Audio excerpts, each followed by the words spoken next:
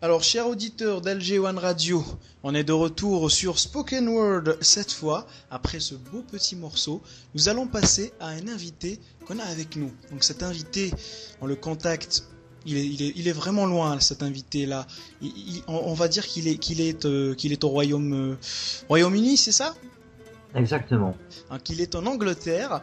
Très cher auditeur, vous connaissez pas l'invité, mais on va essayer d'être un petit peu bref. On va aussi lui permettre, lui donner l'occasion de se présenter lui-même. Donc, il s'agit d'un slammer, qui est français et qui est vraiment impliqué dans le domaine du slam parce qu'il a beaucoup participé aux scènes ouvertes. Et il s'agit de donc Clément, qui est du pseudo le bon slamaritain. Alors, est-ce que tu peux un petit peu nous parler du slam, Clément? Comment tu as commencé et comment tu as découvert le slam, en quelque sorte?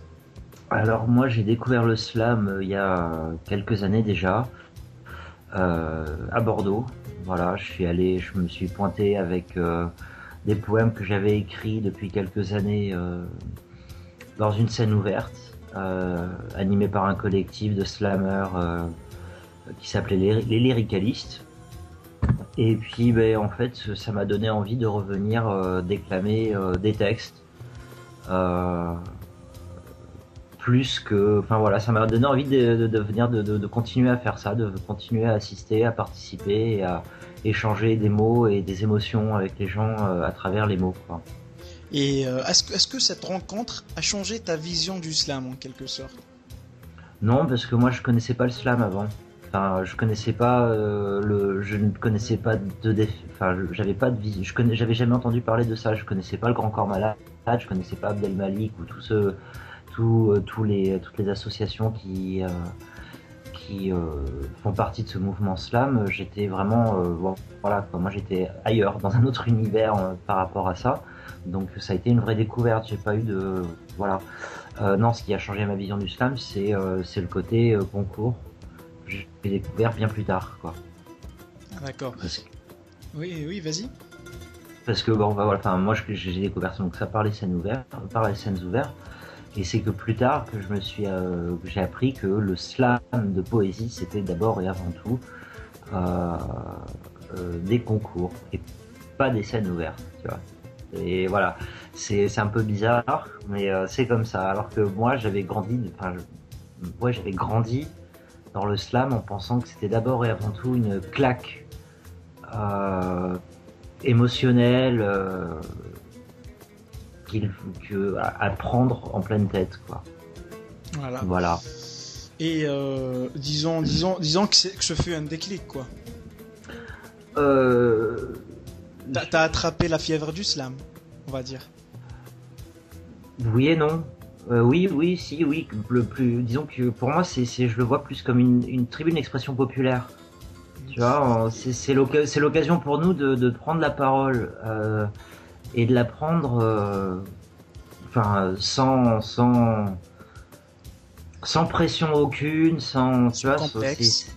sans complexe. Et puis enfin, pour moi, en tout cas, j'essaie d'en profiter pour dire des choses importantes. Enfin, qui me semblent à moi en tout cas importantes. Après, tu vois, c'est une question de perspective aussi. Et oui, voilà, c'est profiter de ce cadre pour exercer sa liberté d'expression. D'accord. Et en fait, ce que je voulais dire, c'est que ici sur Alger One Radio, nos auditeurs sont pour la plupart des Algériens, qui veut dire qu'ils sont basés sur, bon, la plupart sont sur Alger, il y en a qui sont dans d'autres villes. Donc, ce que je voulais dire, c'est que en Algérie, ils n'ont pas un petit peu ils ont, on va dire, une fausse vision du slam, où il y en a même qui n'en ont pas. Comme toi avant, tu connaissais pas le slam. Ben ici sur Alger, il y a presque 80% des gens qui ne connaissent pas le slam. Et là, quand tu dis que c'est des scènes ouvertes, c'est des concours, est-ce que tu peux un petit peu leur expliquer et éclairer comment que ça se passe? Mais en fait, l'idée du concours est venue d'un Américain, Mark Smith, dans les Marquis années Smith, 80, oui.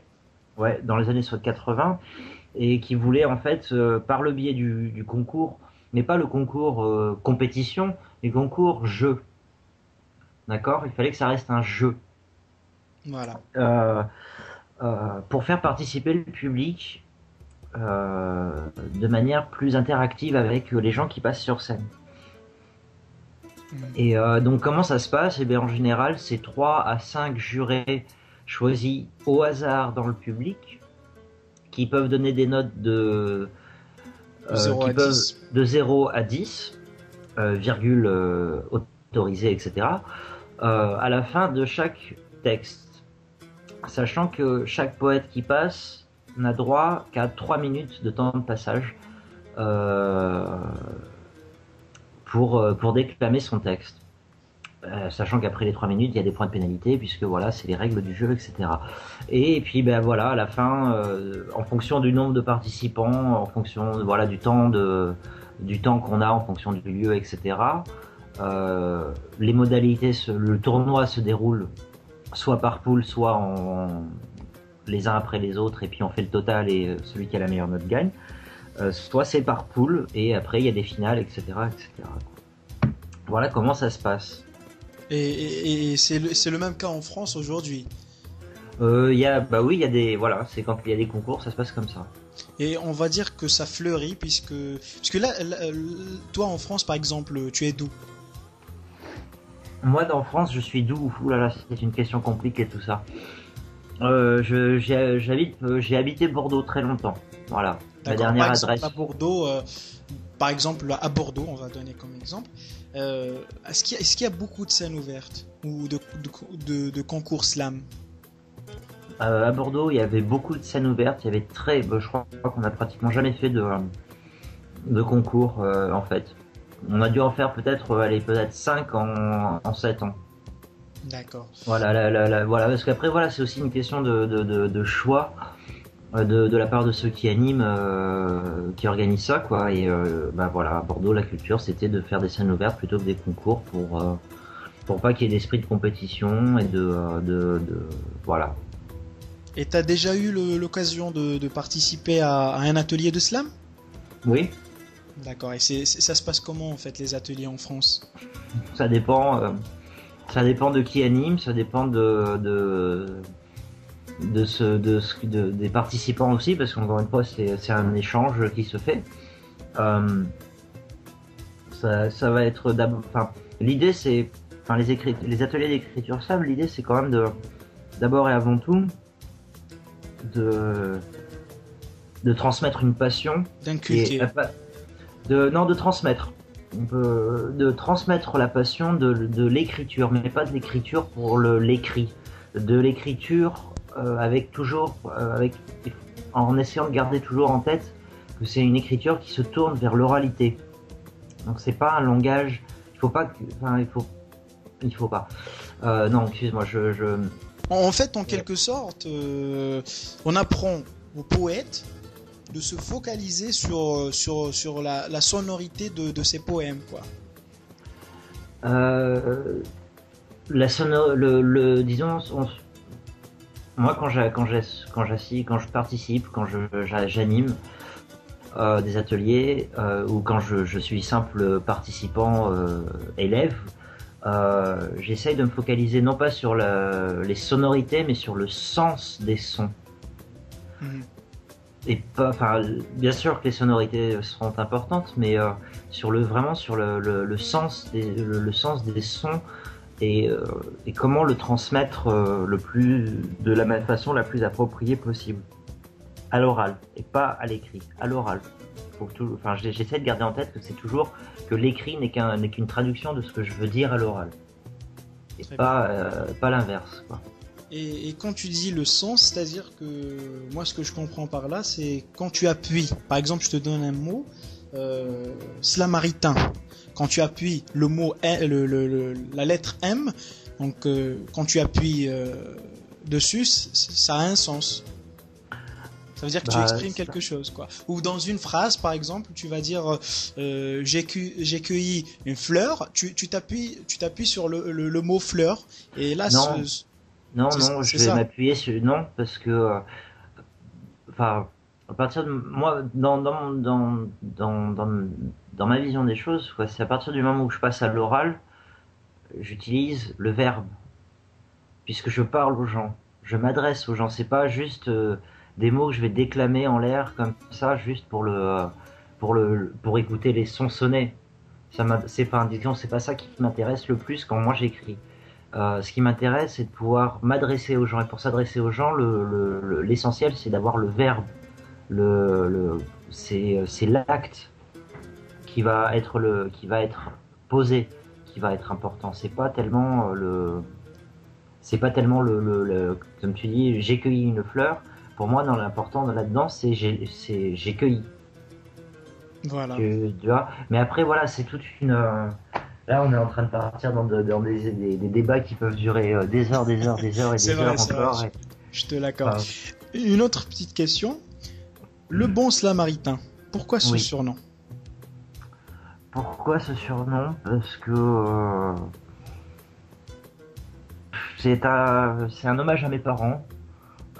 C'est aussi pour